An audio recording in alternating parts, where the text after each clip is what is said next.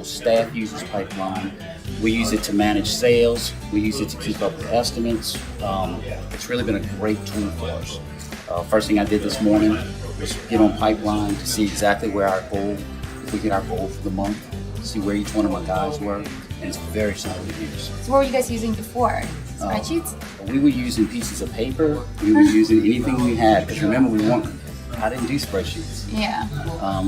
I'm really not that good at Excel, and it was just me out there selling. So when I hired another estimator is when I realized I really needed to have this to keep track of all of the deals. And you can customize it so much to your individual needs that we live by it. If you could give another business owner advice who's using spreadsheets or paper, That they're inefficient, and that the most efficient way would be to Pipeline. And so many people are on Pipeline, and it's so easy to use that I would recommend it to anyone.